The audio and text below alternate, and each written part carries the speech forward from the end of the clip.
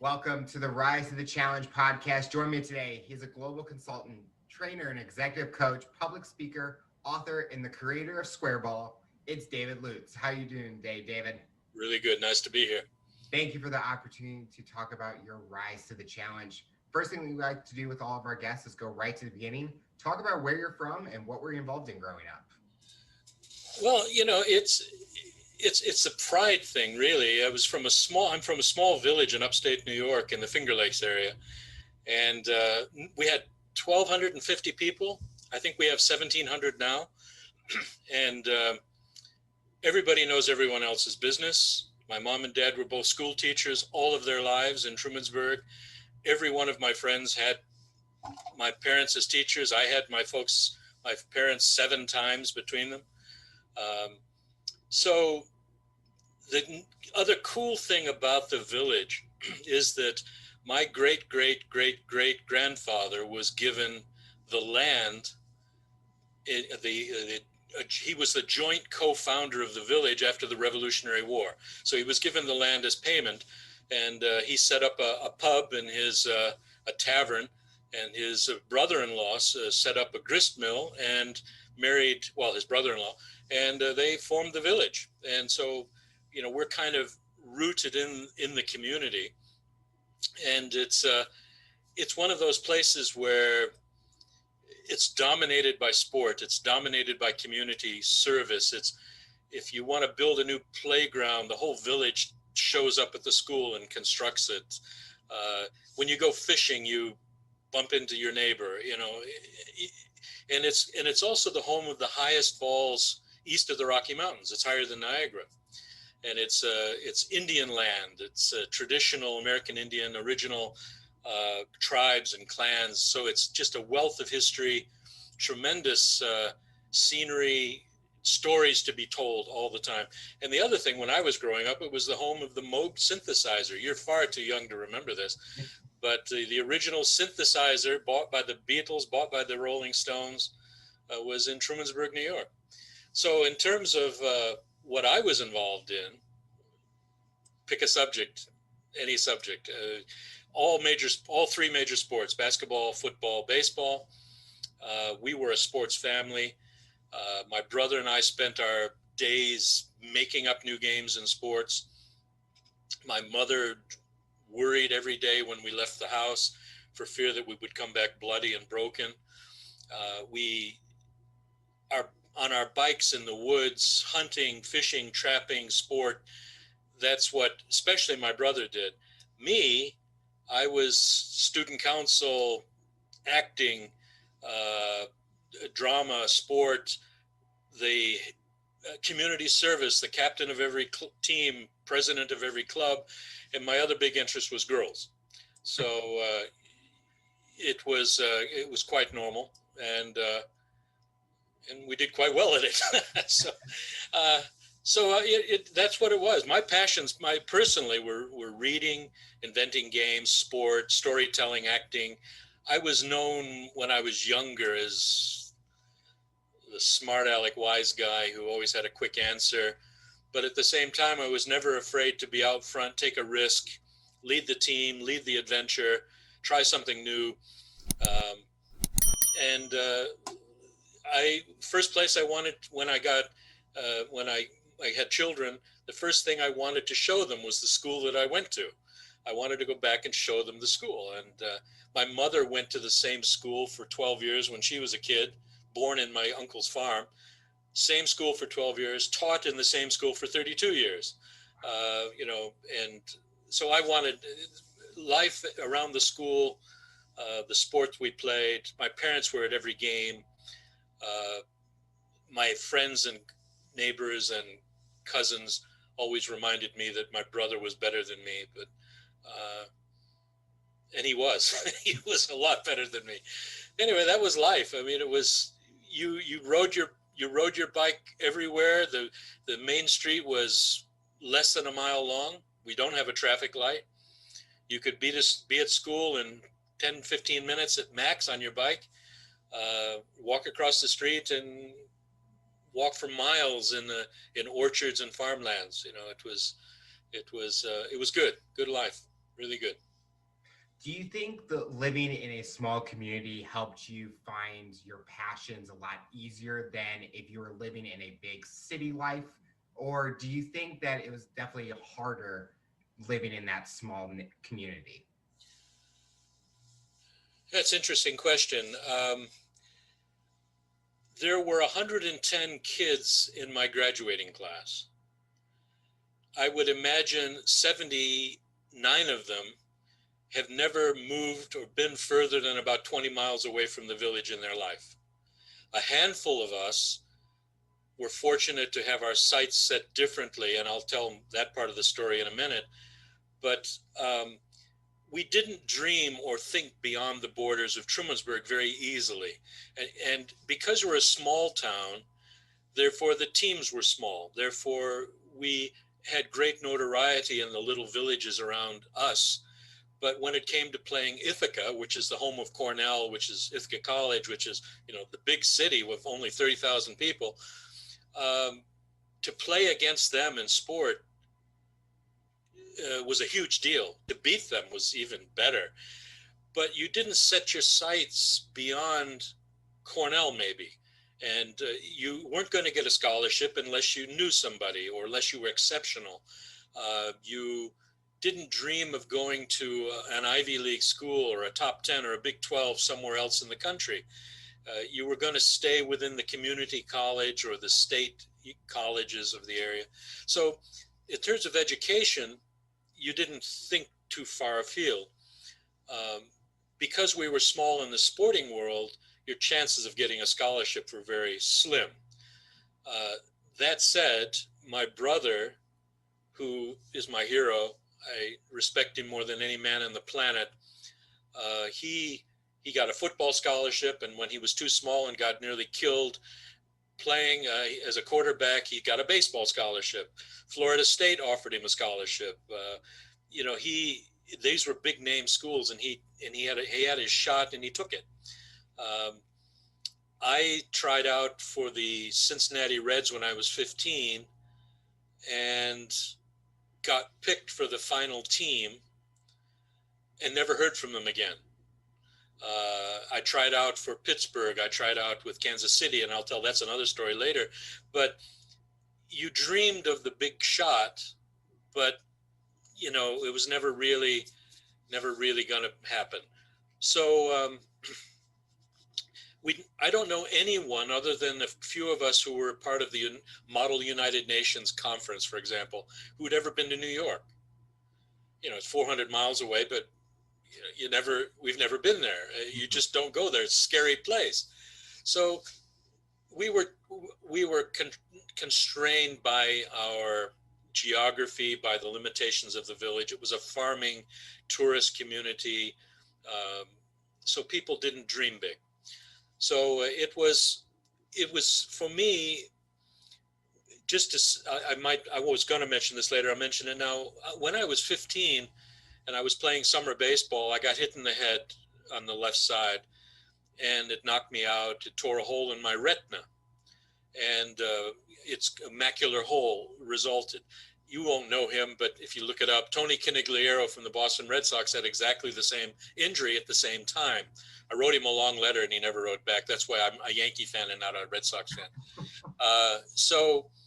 But what it did was it ruined my depth perception.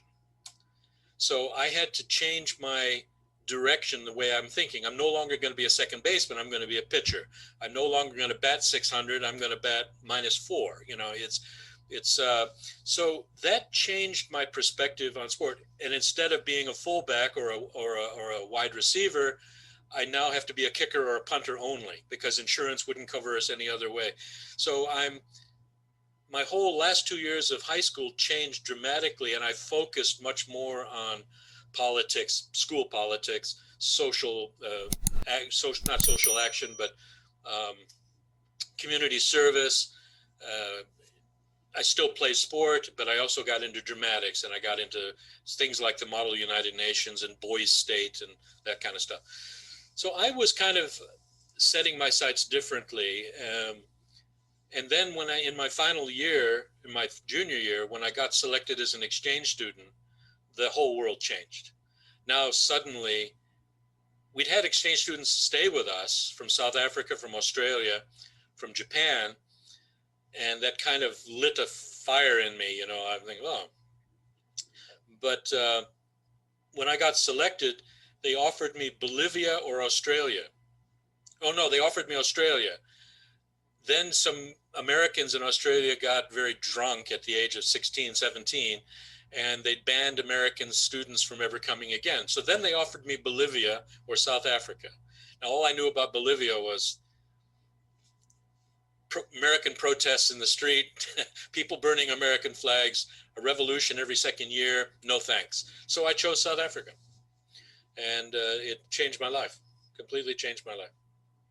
You talked about your brother was a huge inspiration for you. Is there a key moment that you kind of told yourself, this is who I want to look up to in a way? Yes. And he will be offended when I tell this story, but that's too bad. He's 2 years older than me. He was Mr. Most admired, most dramatic, most handsome, most whatever guy in town.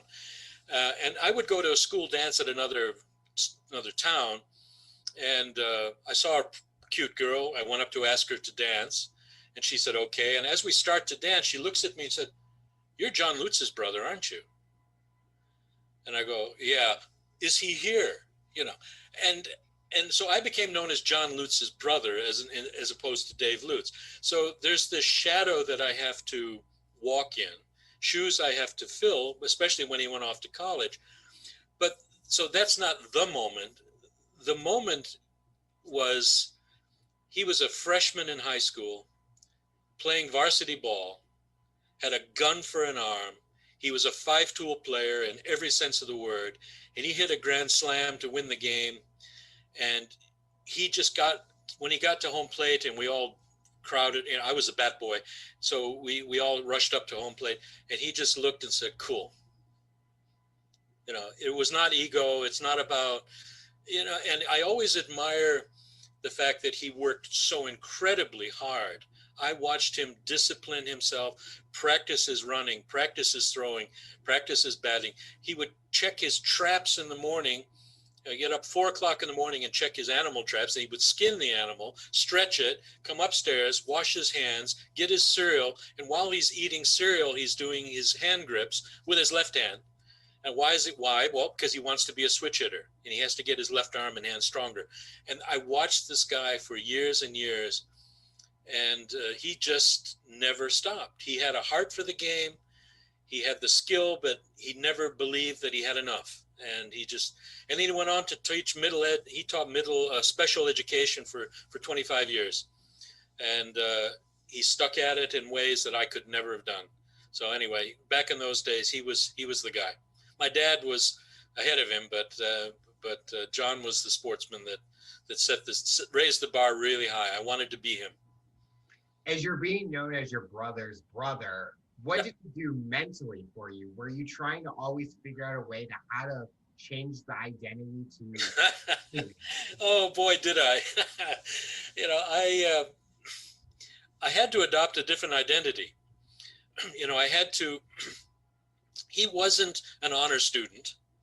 I tell him frequently that I think he read one book in high school, and that was called The Kid Who Batted 1,000. I'll never forget it. But I was a voracious reader. I was always writing stuff, and so I made my mark as a scholar, as an honor student, and as president of the student council and all that kind of stuff. And I made my mark as the innovator, the leader. I mean, for example, my dad was the head of the Teachers Association. I was the head of the Student Council. We formed the Student Teacher Association, and we ran the school for 2 years.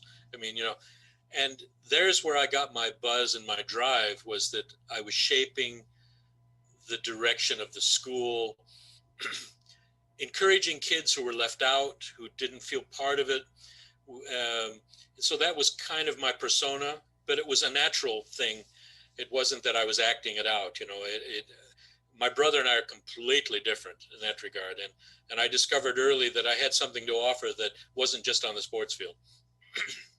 You talked about that you went out and tried for major league teams. Was being a baseball player that dream job for you, or was there always a different direction that you wanted to go in?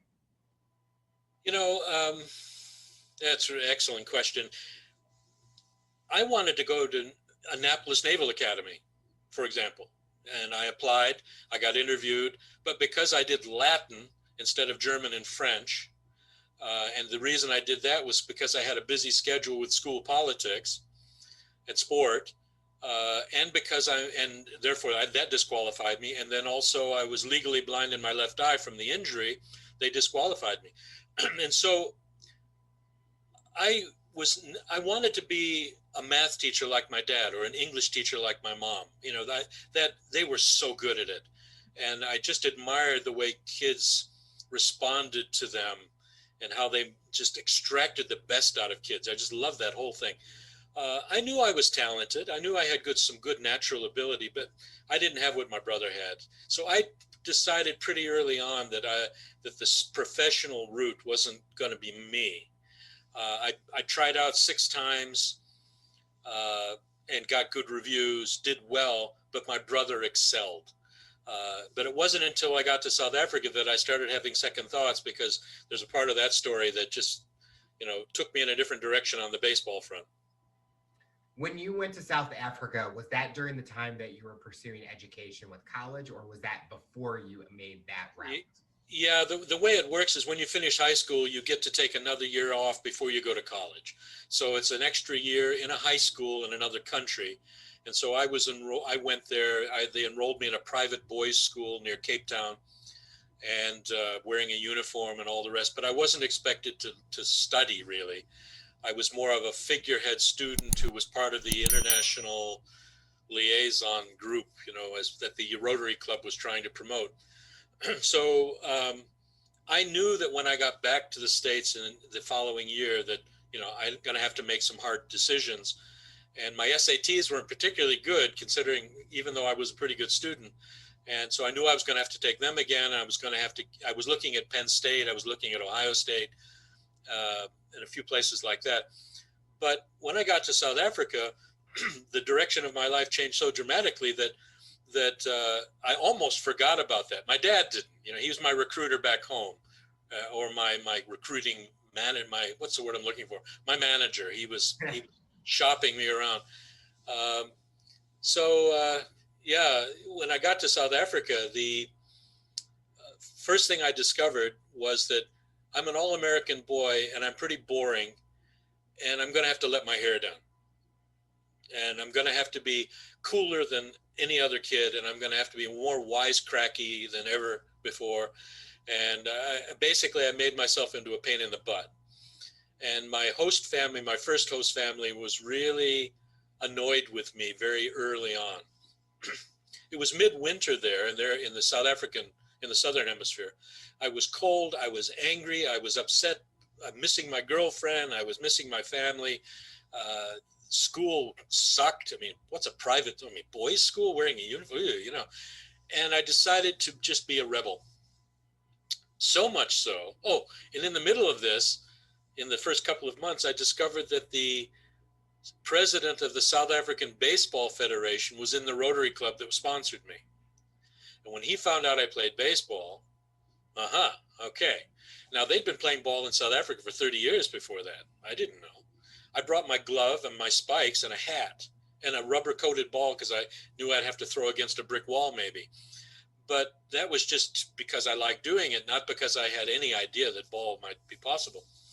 So he hooked me up with a local club, and now I'm in my element.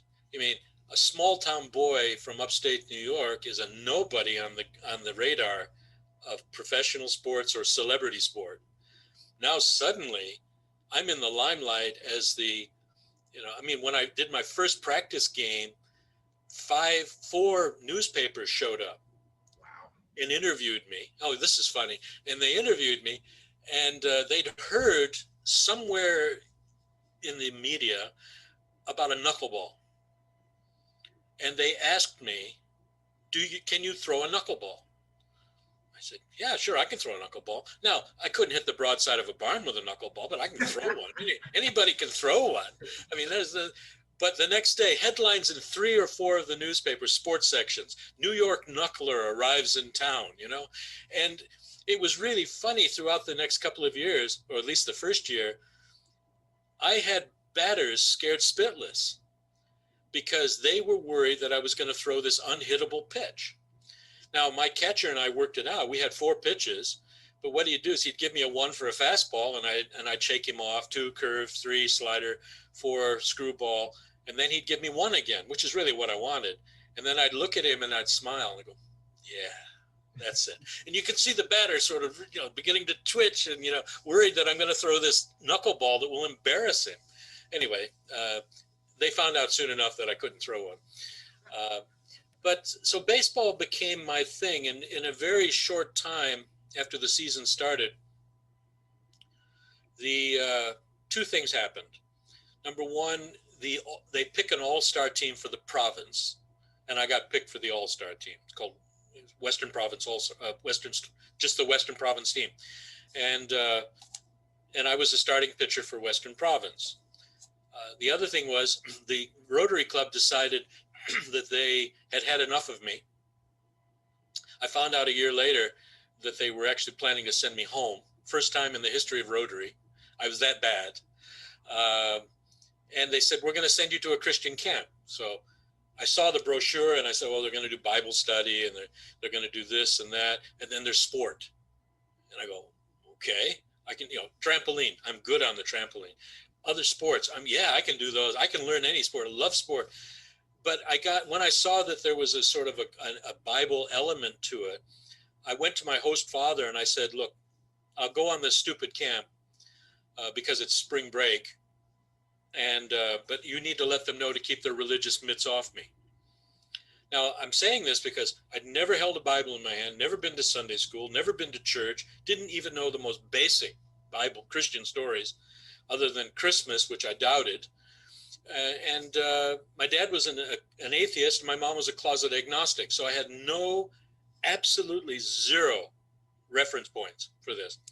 Anyway, I went to the bus to go to the camp that was taking us into the country, bald boys. And the lawyer who was going to be the head of the camp met me. And I saw my host father kind of whisper in his ear, this kid's got problems. And the leader came and spoke to me and tried to be nice and blah, blah, blah. And I said to him, look, just keep your religious mitts off me. I want nothing to do with your religious stuff. And so he described me later in an interview he did as an angry young man.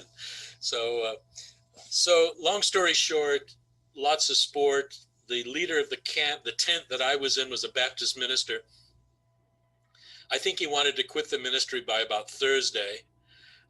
My questions were so tough and I was so argumentative and just a wise guy type. And besides that, I could do a 1.5 flip on the trampoline, and that had raised my status.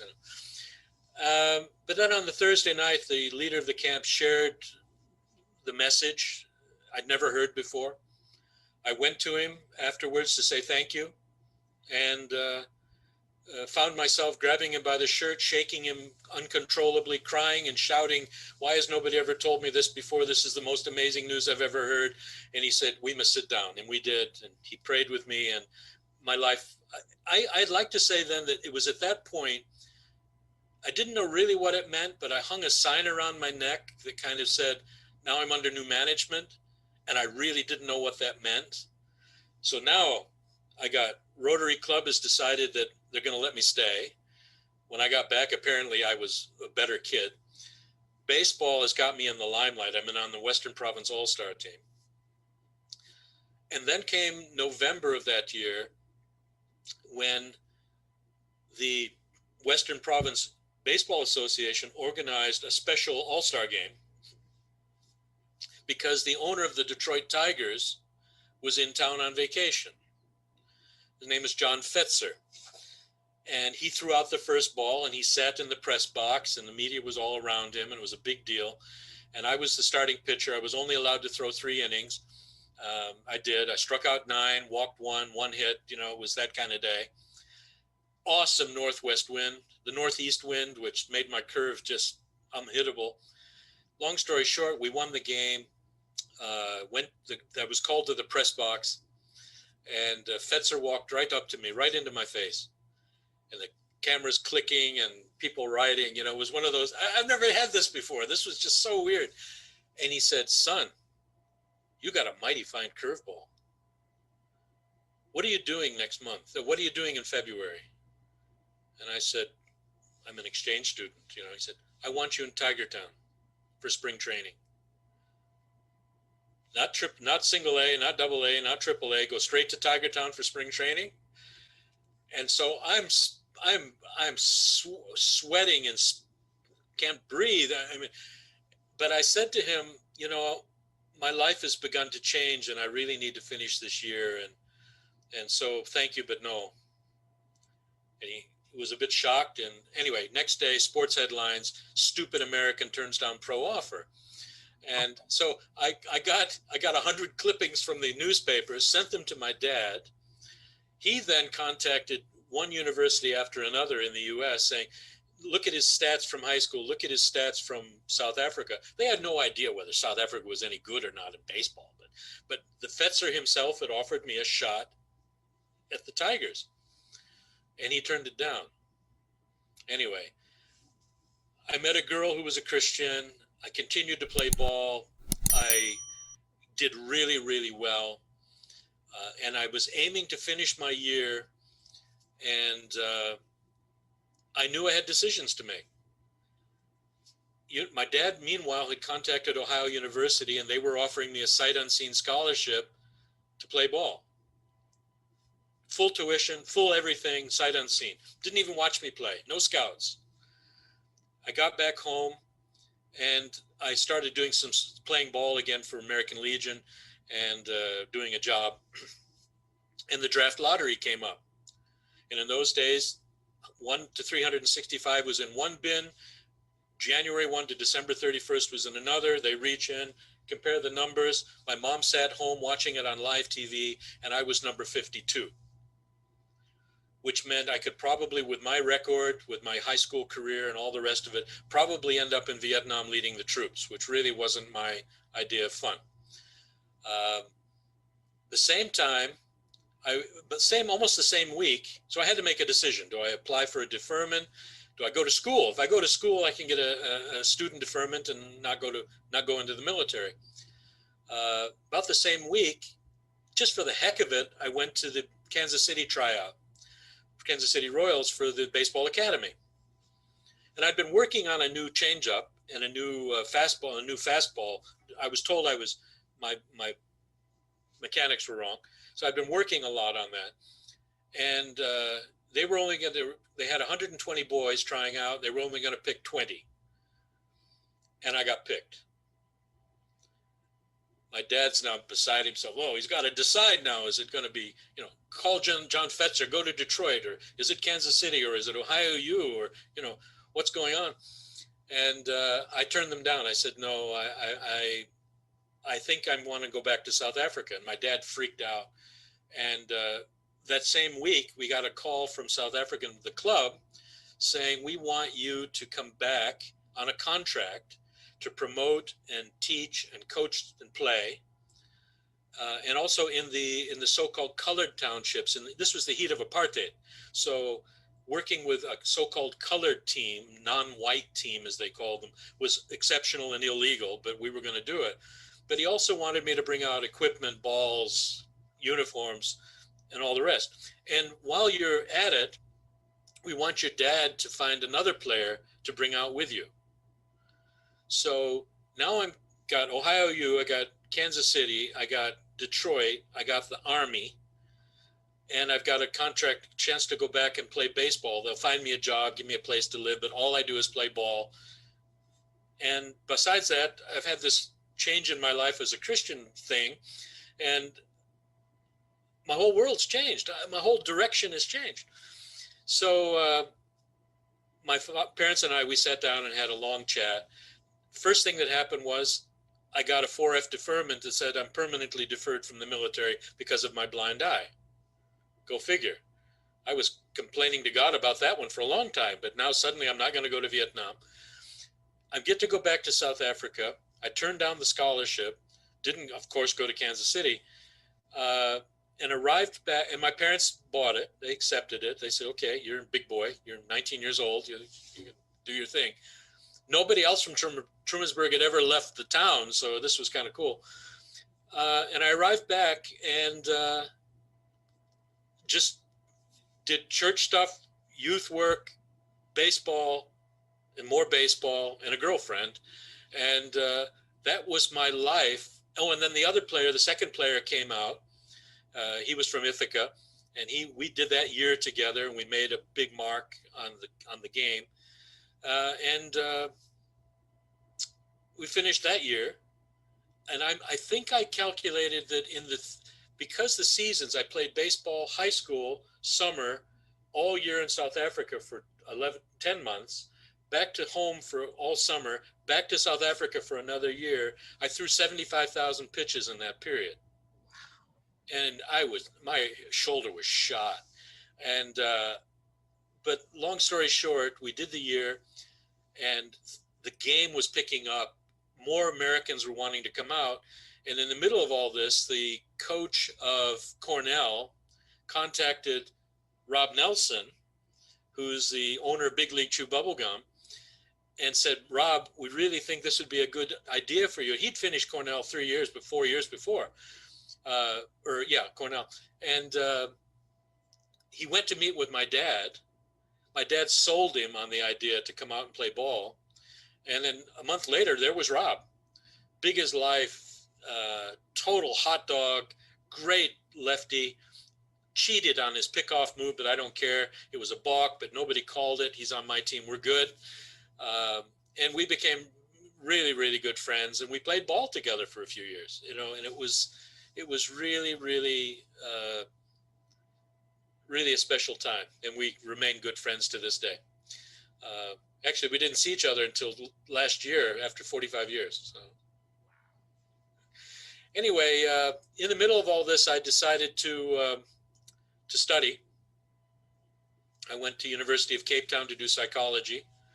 I was on a scholarship there, not a sports scholarship, but somebody pulled some strings. And got very involved with youth work and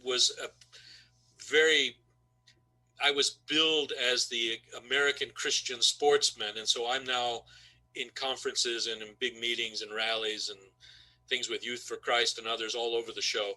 And so that became my life in those days. I felt a very strong pull to the ministry. I felt I wanted to do that. And so in about 1975, I had to make a decision. I got married. Before that, my family I wanted to go back to the U.S. to study. I wanted to see my family. We were having some troubles. I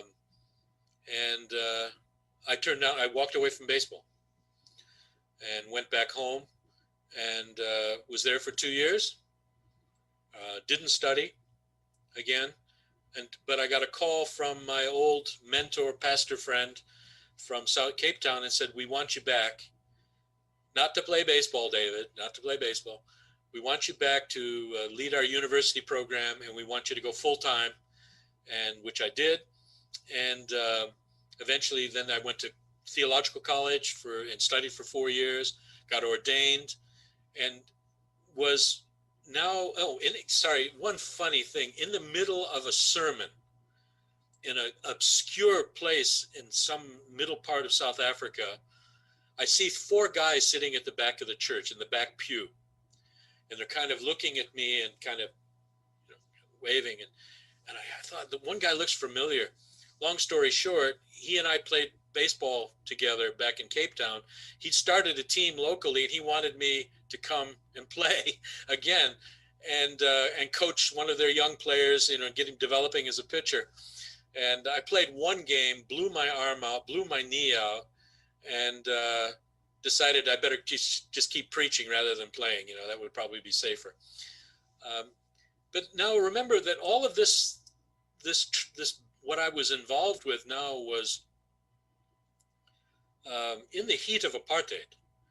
I mean, the church, I was pastoring a non-denominational, and we billed ourselves as a non-racial church. So you didn't do that easily, because if you had people in your home for too long a period who were of a different race, you get arrested. They go to jail, you go to jail. But we set our stall out publicly to be non-racial, non-denominational. And that was good preparation for me, because that was going to set the scene for my thinking about the work that I now do, or began to do later, globally and with other cultures and other countries. But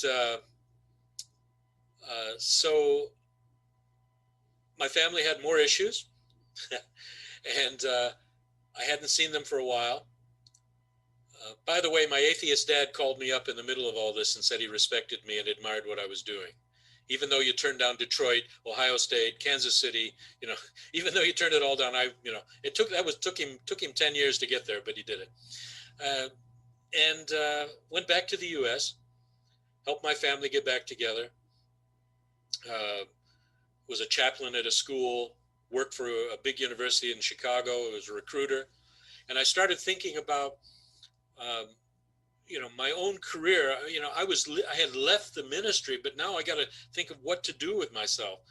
And wow, we've got 30 minutes, right? So I think I've mentioned this to you before, that on the plane ride, I want to go back a minute, on the trip from Cape Town back to New York, I sat with a vice president of HR for some company, and we spent 20 plus hours together. And he finally looked me in the eye after all this time of counseling me, listening to me. And he just said, David, you need to get into human resource development. You need to get into human capital management. You need to train leaders. You need to unlock the potential in people. If you don't do that, you're going to be miserable. I had no idea what human resources was. I never had any reference point for this whatsoever. So anyway, did the 2 years in the States, but then my first wife's family had issues in England. But I was offered a position in a church there in the meantime. So let's go back to England. And let's go to England for the first time and sort out my wife's family. The position with the church fell through, and now suddenly I'm realizing, I got to get a real job. And so it's really weird. And there's a serendipity component, there's a spooky component to all of this. I'm working, and a spiritual component. I'm working for selling computer software for a quality management company in Europe that's based out of Ohio. And that organization belonged to an association that was founded by or supported by the father of the third industrial revolution, who taught the Japanese after World War II, Dr. Deming. Don't know him from a bar of soap. All I know is I like what he says. My boss at some point says, I can't go to this meeting at Cambridge University. Can you go for me? It's a meeting to talk about some of Deming's principles. I went. The subject, I'll never forget it, was how to drive out fear in a workplace, in the place of work. People are scared. What are they scared of? Why are they scared? What's the fear factor here, and how do you get rid of it? What do leaders need to do? I got hooked.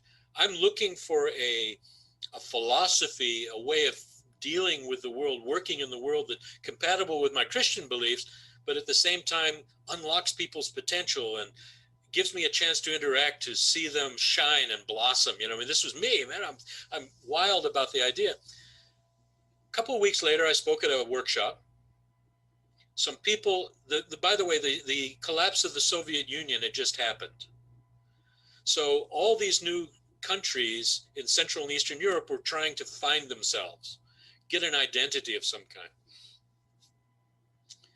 I spoke at a workshop in London.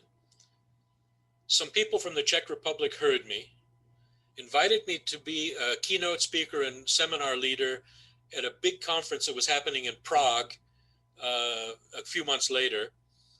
And the name of the conference was East Meets West. And this is where Western leaders were meeting with former Soviet country leaders, company managers, and paying for them to attend so we can talk for a week about how to adopt Western style leadership principles and really capitalism. And I was invited to be a keynote speaker at the opening address. And it was called Deming Management, Deming Quality Management. What I knew about Deming Management was dangerous. I mean, really, I'd read a bit. I'd been to a workshop. I was at Cambridge University. My boss, talked me into it. But what I knew was really seriously lacking. And when I got to the conference, I discovered on the agenda, on the brochure, that I was being billed as Dr. Lutes. Now, I barely got a bachelor's degree, but now I'm Dr. Lutz in the subject of Deming Management. So anyway, even though I stood up in front of hundreds of people and said, look, I'm not a doctor in this subject, just a learner, consultant type guy, didn't matter. I became an expert overnight. Did my workshops, packed.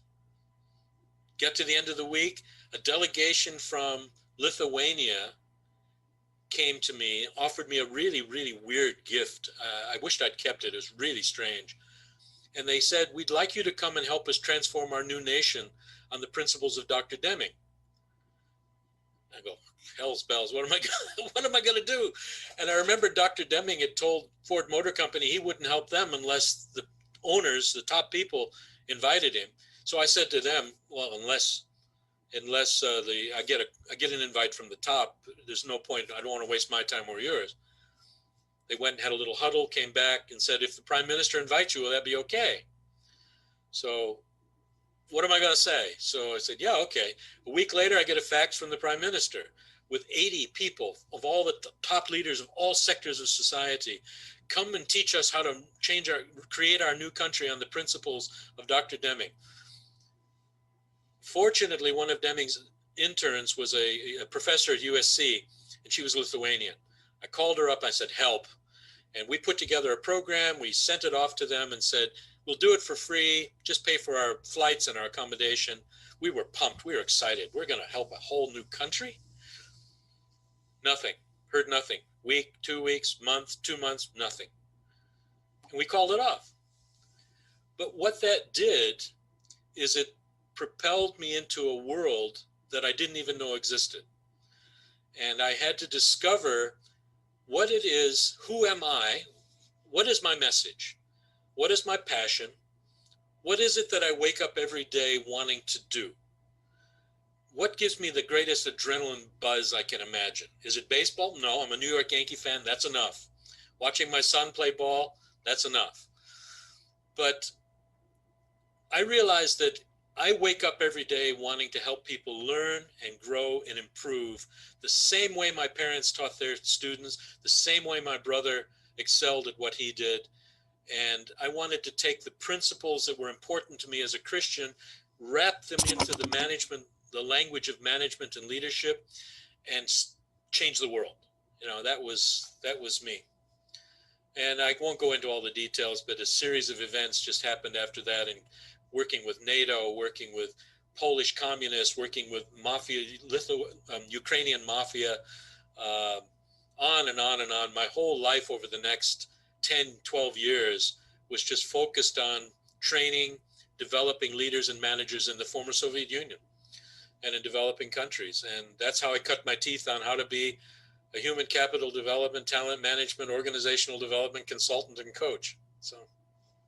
When you're looking back at your career, is there any kind of regret or moments that you thought, maybe I should have taken an offer with this pro baseball team? Or do you look at the path that you've taken and it was the greatest learning that you could have done for yourself as a personal growth opportunity? No, I don't regret saying no to the baseball or even to the scholarship. And in a sense, it's easy to say this in hindsight. I mean, sort of 40 years, 50 years later, 40 years later.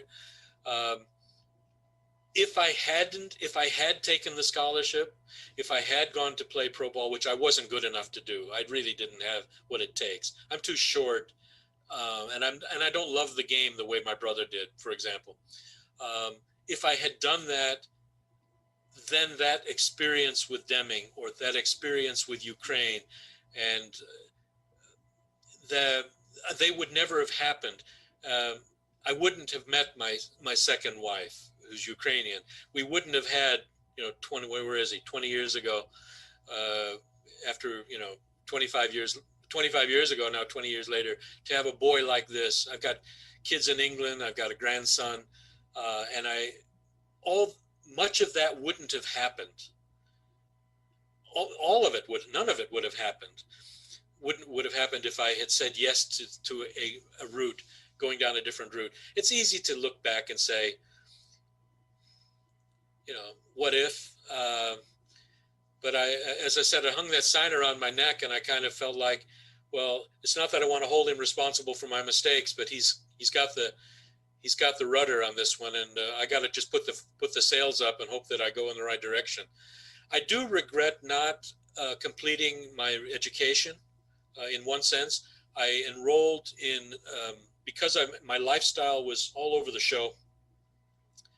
I had to enroll with correspondence or distance learning programs. So I signed up with, for example, the Chartered Management Institute in England. They looked at my track record, they looked at my business career, and my history, and said, we're going to exempt you from 2 associate's degree and 1 bachelor's degree and put you straight into an executive program that will be 2 steps short of a master's degree. But you have to be in a real job to do it. You have to be in a real company. You can't be a consultant. You can't be picking and choosing your life. You have to be locked in so you can do the project work and the distance learning work properly. And I started, and I got this close, and it's still this close, so many years later. And I regret not finishing that. And there are a few technical qualifications in the world that I live and work in that I wished I'd had. That said, I've spent a lot of time picking up the pieces of well-meaning PhDs who do what I do, who haven't got a clue how to talk to a struggling Ethiopian middle manager who is struggling with how to motivate and encourage his people. I mean, he refers them to a white paper he wrote. I'm not saying I'm better than that, but I'm the kind of guy that'll get his hands bloody and dirty and get alongside this guy and find out what really makes him tick and why it is that he feels he's failing to motivate his people properly. And that's the kind of style I have. So regrets, I don't regret. No, South Africa is a definite, absolutely critical. There are a few, but God is good. He's helped me sort of salvage some really dumb things I've done and turned me around. So I think there's always been a huge conversation with people where does really the education help you with the real world situations that you go through? And I look at the time where I was in college and I'm thinking, what have I learned there that I'm actually utilizing right now? And yeah. I think I learned better getting myself into the projects, getting into the situations, because that's where you're going to learn everything. I think college kind of gives you the basic ideas of what happens, but I'm always been a street smart person, not a book smart person. Yeah. So when you're saying that you kind of thought the education, but you look at the things that you've been able to accomplish and learn throughout your journey, it shows that you have been able to put yourself in those situations and learn as you've gone. Friends and family have freaked out over the years when I'm looking for a change of direction or maybe a shift in jobs or career, not so much career because I've been locked into this kind of thing for a long time. It just has different flavors and different labels. But when looking through a job board of some kind, and I see a position, and I'll show it to a friend, and they'll say, "You can't do that." So, yeah, I can do that. Yeah, I can do that. All it takes is you just got to be the way you ask questions, the way you solve problems, the way you communicate, the way you build trust, and the way you are transparent and authentic. That's all you need to make it work. No, but you've got to have a degree in nuclear physics. No, you don't. but so I've always kind of had this idea that at least as I've got older, I've recognized to play more to my strengths and not expose my weaknesses quite so much. But in those days, I could do anything. Yep. But it wasn't that I was rash and reckless and took too many risks. It's just that I was never afraid to try. And that's the thing that's kept me going and brings the light out of me and see the light in other people that I work with when I'm coaching or training or consulting. To see that light come on that says, I have worth, I have value. You're treating me with respect. Therefore, I know that I have, there's real integrity involved in this relationship. You're helping me to see things about myself and to unlock things in me that I didn't know I had. But more than that, one of my famous phrase, I'm famous for this phrase. One thing I'm helping people not to do is don't boil the ocean. Boil a teacup. Start small, one step, do something new and different and better. And I'm right there with you. I'm not going to just throw you in the deep end. I'm going to be your coach. I'm going to be your guide. And that kind of style, I'm not saying it's the only way, but it's really brings out the best in me, and it brings out the best in the people I'm training and coaching. I mean, if I get a chance to go away to Yambu, Saudi Arabia for a couple of months, which I've done many times, and I'm training mentors, training coaches, training new leaders, developing new leadership programs, building a corporate university, things like this, that works, not theoretical curriculum, but practical work-based applied learning.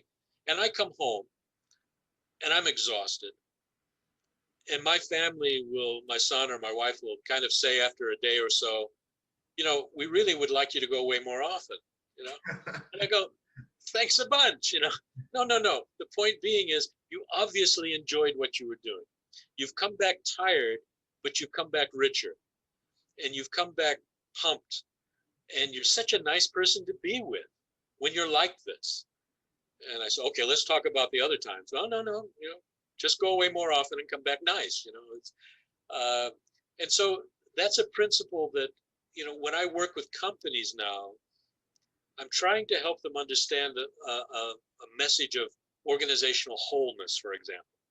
What does it take to make a person want to give more, be more productive, contribute more meaningfully, stay longer with the organization? What does it take? Well, I often work out with them. What are the top 10 reasons why people want to do that? Well, number 10 is I like my job, and number 9 is I like the people I work with. That's number 8 is it's a safe place, mentally, emotionally, physically, to work. And you go up the ladder. Compensation and benefits is like number 5. Number 2 or number 3 is I'm valued and treated with respect, and I realize what I'm doing has real importance, and I'm respected and trusted for that. Number 2, my boss and I have a good relationship. People don't leave organizations, they leave managers. Number 1, I have a career. They're investing in my future, investing in their future through me. Now, when people have that, and when they can discover that, and a company will recognize that that's not just a good and right thing to do, but it's actually smart business, well, then the person thrives, the department thrives, the colleagues, the peer groups thrive, the organization is successful. The person goes home looking forward to going back to work tomorrow. Their family benefits, the community benefits. There's a wholeness message here, and that's what in the books that I write, or the training that I do, and the coaching and counseling, training, consulting that I do. That's the theme, and I actually, when I look back on my Christian upbringing, when I look back on Deming, when I look back on all of those lessons learned, that's it. For me, that's it. There's no more important thing for me to do than to help people find their worth, their value, their potential, and help them unlock it and contribute to the world around them to make it a better place. I mean, that sounds a bit altruistic, but I've done it in 30 countries now, and it doesn't matter whether it's Indian or whether it's Russian or whether it's South African or Ethiopian or British or American. Everybody has the same basic fundamental set of needs. Maslow's hierarchy, you can go Google it if you want to. But one of the ultimate parts of that is to be loved and appreciated and to feel like I belong and I can contribute something of value to the world that I live in. Now, if I can do that either with a Christian message or not, the message is still the same.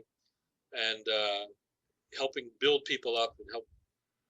By the way, this is not a commercial, but because of all the Western style assessments we have, psychometric assessments, the other parts of the world are obsessed with the idea that we must import this Western way of assessing people's potential and worth and value and blah blah blah. But it spits out a data points and graphs and maps your life out in a very sort of clinical, cold way that they've copied and pasted from the data bank. So because I like the human touch and I like the idea of connecting with people where they really are at, I built my own tool, and it's called wiredness. How are you wired? What's your emotional intelligence DNA? What makes you proud? What makes you, how do you like to be communicated with? How do you solve problems? How do people recognize your worth and value and potential? And I've created a whole range of types of people that they can answer questions about. And then you ask questions like, what would you like to be when you grow up? Or what movie character, do you sort of most respond to? What do you want to be? If you weren't doing the job you're doing now, what would you be? Well, I'd be a Formula One race car driver, or I'd be an FBI agent. Whatever the case is, I've got it translated into English and Arabic, and we're working on Russian. And I've discovered that no matter what the culture, what the country, what the level of employee is in the organization, they all crave and desire and want the same thing: to be treated with respect and to be given the chance to unlock their potential. Okay, not everybody's motivated. A lot of people are lazy, sure. A lot of people don't want more. And so I develop a high potential identification methodology. Let's find those people that really want to excel, and let's hope they can become great leaders and bring some of the other people with them. So anyway, that's what I do. And for me, I think what I've discovered, back to your question about regrets or mistakes or learning points, I've discovered that I can be inspiring and equipping at the same time. And it's not just the content of the message, it's the way in which I deliver it. And for me, it's not just delivering a course, but it's follow up with the coaching and support that goes with it to help them apply that learning in life and on the job. I'm not saying I'm an expert at it, but that's what gives me a buzz. That's what I do. And whether I do it in church or whether I do it in the world's biggest oil and gas engineering, procurement, and construction company in Dubai, which I've done, it doesn't matter. It's the same message. The final question I'll ask you, for someone that's listening to this interview based on your journey and experience, what tips or advice would you give someone to overcome obstacles, accomplish their goals, and rise to the challenge? It's easy to say this. I know it's not that easy. And maybe it was easier for me because of my personality. I don't know. But authenticity for me is the key. But many people don't feel comfortable trying to be themselves, wanting to be themselves. We're in performance mode all the time. I've lived outside the US most of my adult life. I come back and I meet executives, Americans, and some of the first questions is, where do you work? What's your title? What kind of house do you have? How big is your car? What's your salary? And it's about performance and image. And we somehow have to get to the point where we're more comfortable with ourselves, with who we really are. But it takes some practice. It takes some help to unlock that. So number one, be yourself. Try to be authentic. Don't fake it. Be honest with what your strengths and weaknesses are, but don't look back with regret and beat yourself up. But also don't boil the ocean. Let's just boil a teacup. The other thing is, don't stop learning. Be prepared to shut down your phone and your computer and actually read a book. Read a book. It stimulates your imagination. It transports you into other places. I'm writing stories and books now. I've just submitted another story that's based on some of the stuff that we've talked about. And it was so much fun reading it again because it made my imagination go. If there's a way to discover your passion, what is it that really gets you going? What is it is it you like to solve problems? You like to help people? You like to present? You like to fix things? You like watching people learn? You like helping old people? I do a process where I help people recall the joys in their life. Just look at the milestones of achievement and joy and try to track them and see there must be a common theme there that even if your family thinks you're stupid, your friends thought you were crazy, when you look back on it, it really gives you a sense of, yeah, I did that. So find out what that is. That's not easy also, but it's possible. And without preaching, consider hanging a sign around your neck that says you're under new management. That might help. So. Well, David, I want to thank you so much for coming on the show and talking about your rise to the challenge. We're excited to see what the future has for you. Well, thank you very much, Alex. It's been my pleasure. Thank you.